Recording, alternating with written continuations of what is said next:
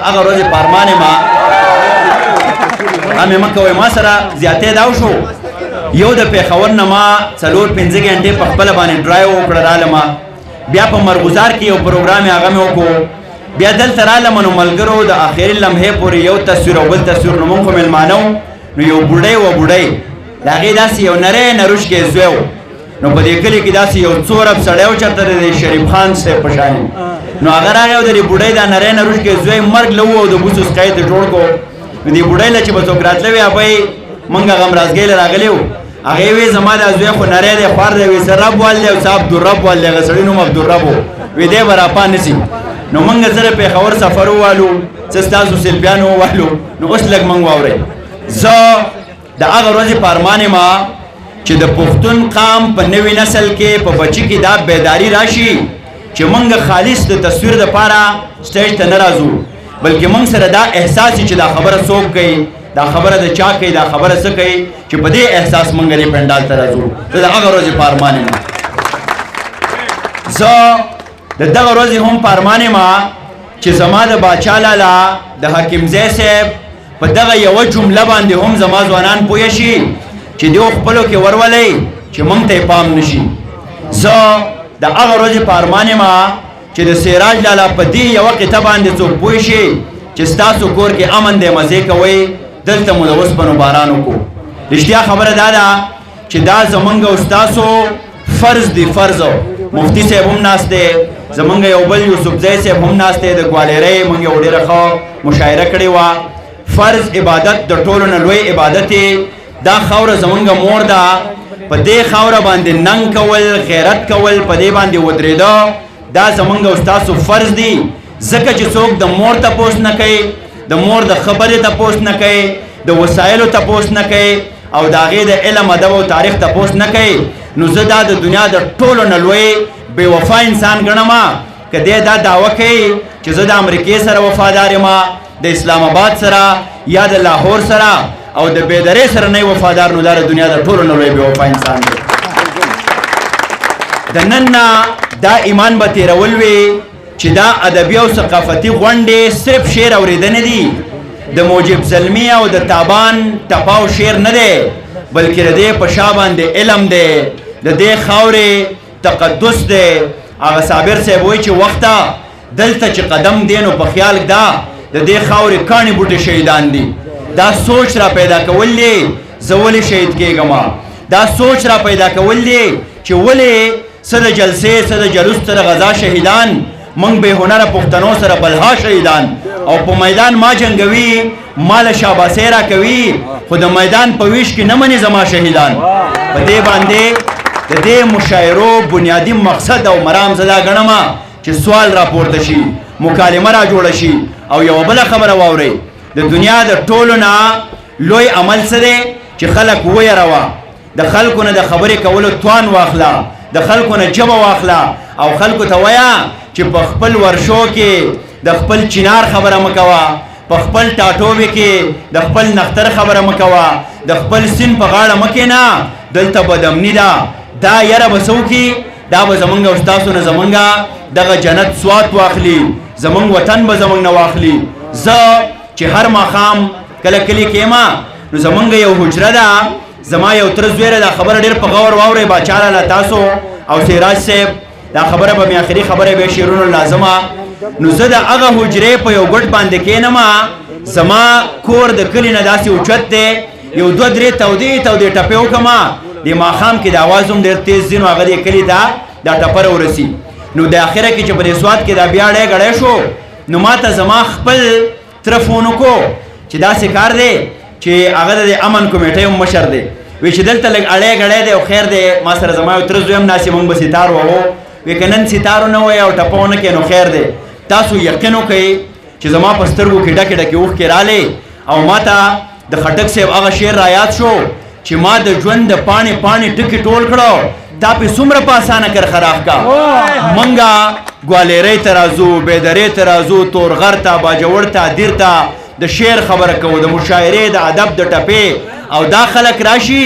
یو ډزو کې یو ټوسو کې نو بیا ما ته زما والد صاحب او زما تره وایي چې په خپله حجره کې ټپه مه کوه دا څومره د افسوس خبره ده دا خبرې د لاس پړقولو نه زیات د سوچ دي د سوچ زمونږ اعصاب کمزوري کړی شوي دي مونږ یرولی شوي وو چې په خپل وطن کې به خپله خبره نه کوې نو دا یوه خبره واورئ که د اسلام په تله باندې تړئ نو دا بېماني ده که د پښتو په تله باندې تلی نو دا بې پښتو کار دی که د انسانیت په تله باندې تلی نو دغه سړی غیر انساني دی چې په خپل وطن په خپله خاوره په خپل تاریخ په خپلو اتلانو په خپل شعر باندې ننګ ونه کړي دا د دنیا د ټولو نه بېننګه انسان دی چونکې دا هغه خبرې وې چې په دې باندې نن نه سوچ وکئ په ځان کې یره ختمه کئ منګه نه غدارو نه منګه غیر انساني کار کوو خو منګه د هر هغه فکر په ضد باندې د ایمان زوروره نښه دا ده چې اول به یې په لاس منع کوو بیا به یې په خوله منع کوو او بیا به ورته په زړه کې بد ویو څوک چې راځي او زمونږ جنت وطن یزیدانو ته سپاري زه په دې باندې خفه شمه چې ولې زه په خپل سوات کې د نیمې شپې نشم ګرځېدی ولې زما د کور په مخه کې زما نه اته ځای تپوسونه کېږي چې ته څوک یې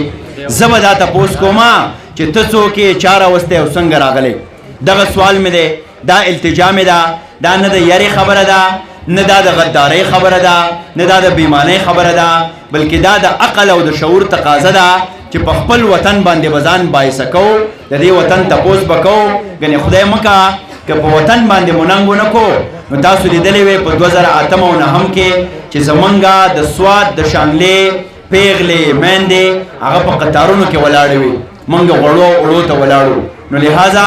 دا پیره به ښه په نره باندې خپل د وطن د قام خبره کوو او ما تاسو ته بیا وموې دا د قرآن نه ثابته ده دا د پښتو نه ثابته ده دا د انسانیت نه ثابته ده او تر دې چې دا د ساینس نه هم ثابته ده چې د وطن سره مینه چې ده نو دا عین یو فطري عمل دی دا ستا په روح کې ګډه ده دا ستا نه څوک نشي اخیستی یوه خبره دا وه دویمه خبره زمونږ دا ده چې د شاهد غوندې ملګري زمونږ عزیز کاکاجي د والد صاحب دی که هغه وي او یا وستلی وي زه دغه غیږې ته شاباسۍ ورکومه دغه غیږې ستاینه کومه چې هغو داسې بچي پاللی دي زه دا هم ویمه کشرانو له به وزرې پرېکو نه د هغو وزر ته به یو بل توان ورکوو هغو ته به حوصله ورکوو هغو ته به همت ورکوو نو هله به دا خاوره بل خوشحال زیږئ هله به دا خاوره بل باچاخان زیږئ او هله به دا خاوره بل منظور زیږئ چې موږ دا همت او حوصله خلکو له ورکړو اوس به زه راشم خبرې دومره ډېر شی کیدی شي وایي چې تا سره د دوو خبرو وخت نه و او ما سره کتاب خبرې وي خو زه تاسو نور نه ستړي کول غواړم او یو ځل بیا زه د بیدرې د ټولو زلمو د مشرانو د سپینګیرو او د تسنیم کالج د ډېرو چابکو مشرانو او ګلالو زلمو ډېره مننه کومه چې داسې علمي موقع یې را جوړه کړه ما ته دا هم احساس دی دا شامیانۍ راوړو دا سټیج را جوړول مایک راوړو خلک را جمع کول دا ډېر ګران کار دی زه په خپله باندې هم مشاعرې کوم کله کله نو دا دومره لوی عمل او بیره تاسو چې کوم ملګري ناست یئ دا د دې پوره سوات دپاره یقین وکړئ دا یو ملګری چې دی نو دا د ایمل خان او دریا خان لښکر دی ځکه خو یو شاعر وایي چې لښکرو ته جرګو ته او جنډو ته حاجت نشته د شمار سړي په کار دی خو د کار سړي په کار دی تاسو ډېر د کار خلک یې خو که دا پیغام و پیز کې پورې غوټه کو او مخکې ویوړ په خپل وطن باندې ودرېږئ دا د دنیا د ټولو نه لویه مینه او عبادت دی شعرونه له به راځمه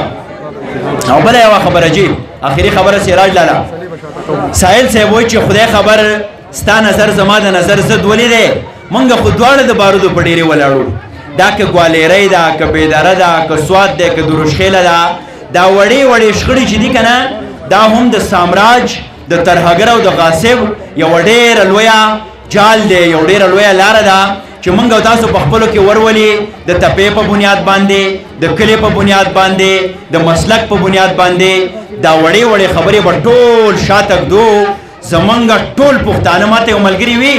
ته ځان ته افسر شانګلپاری ولې نه وې یا افسر سواتی ولې نه وې یا افسر پېښوري ولې نه وې ما ورته وی زه نه غواړم چې زه دې په وړو تپو کې تقسیم کړمه ځان زه به افسر افغان یم زه د ټول پښتون یم